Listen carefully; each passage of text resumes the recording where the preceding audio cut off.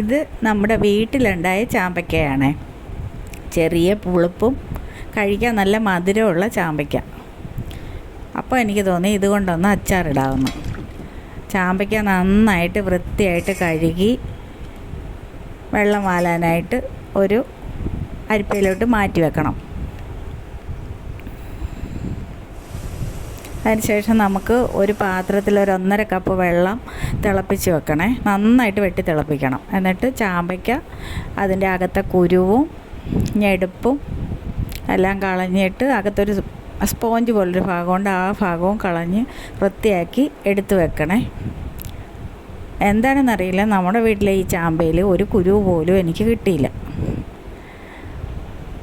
പിന്നെ വെളുത്തുള്ളി വേണം, ഇഞ്ചി അരിഞ്ഞ് വെച്ചത്, 2 പച്ചമുളക് അരിഞ്ഞ് വെച്ചത്, കറിവേപ്പില, മുളക് പൊടി, നല്ലെണ്ണ,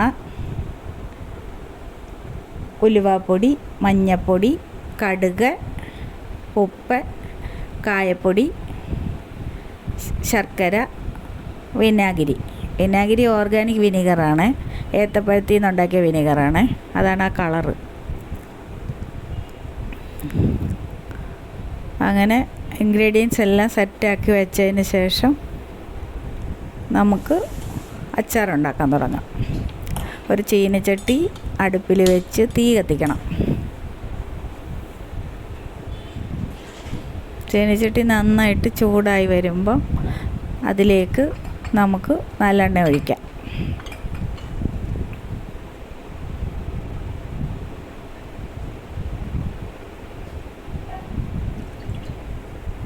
ശുദ്ധമായ നല്ലെണ്ണയാണ് ഞാൻ വാങ്ങിച്ചിരിക്കുന്നത്.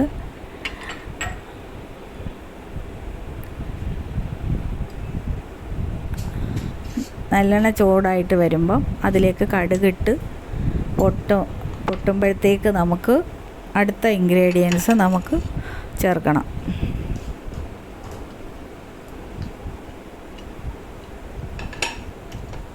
എണ്ണ നല്ലപോലെ തിളച്ചിട്ട് വേണം കടുകിടാൻ, അപ്പോൾ പെട്ടെന്ന് കടുക് പൊട്ടും.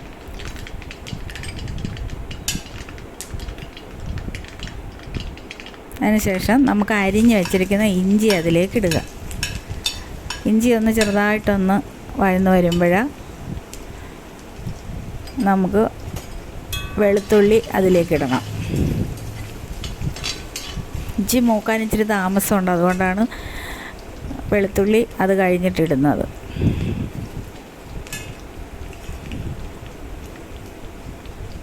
വെളുത്തുള്ളി ഇട്ടതിന് ശേഷം ഒന്ന് ചെറുതായിട്ടൊന്ന് വഴറ്റിയിട്ട് പച്ചമുളക് അതിലേക്കിടുക.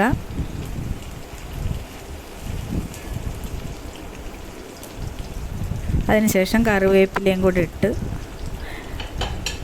ഇതെല്ലാം നന്നായിട്ടൊന്ന് മൂപ്പിച്ചെടുക്കണം.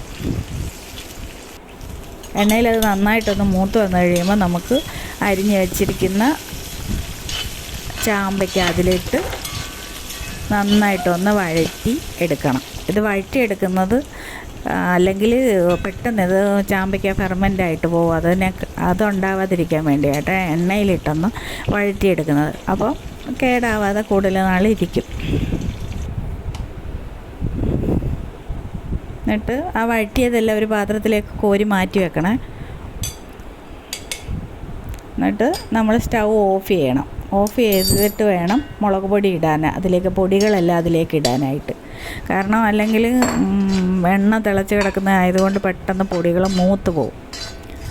അതുകൊണ്ട് സ്റ്റൗ ഓഫ് ചെയ്തിട്ട് പൊടികൾ ഇടണമെന്ന് പറഞ്ഞു. ആദ്യം മുളക് പൊടി ഇട്ടൊന്ന് വഴറ്റിയതിന് ശേഷം മഞ്ഞൾപ്പൊടി ഇടുക.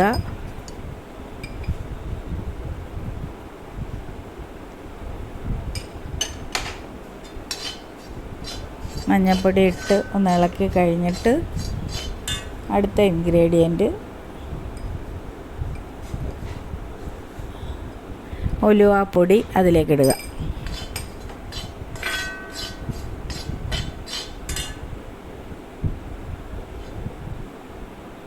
അതിനുശേഷം നമുക്ക് കായപ്പൊടി ഇട്ട് കൊടുക്കാം.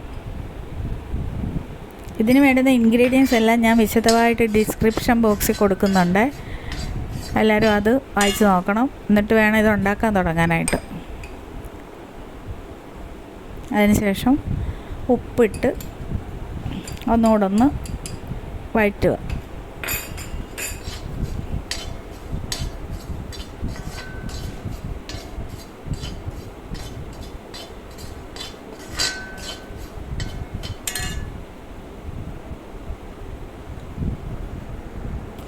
ശേഷം നമുക്ക് ഒരു ശർക്കരയും കൂടെ ഇട്ട് ഒന്ന് വഴറ്റണം. ഈ പുളി ഒന്ന് ഇത് ചെയ്യാൻ വേണ്ടിയിട്ടാണ് ശർക്കര കൂടെ ചേർക്കുന്നത്. എന്നിട്ട് നമുക്ക് വിനാഗിരി ഒഴിക്കണേ. എന്നിട്ട് വിനാഗിരി ഒഴിച്ചതിന് ശേഷം നമുക്ക് ആ തിളപ്പിച്ച് വെച്ചിരിക്കുന്ന വെള്ളം ഒരു കപ്പ് വെള്ളം അതിലേക്ക് ഒഴിക്കണം. എന്നിട്ട് നമ്മൾ സ്റ്റൗ വീണ്ടും ഓൺ ചെയ്യണം.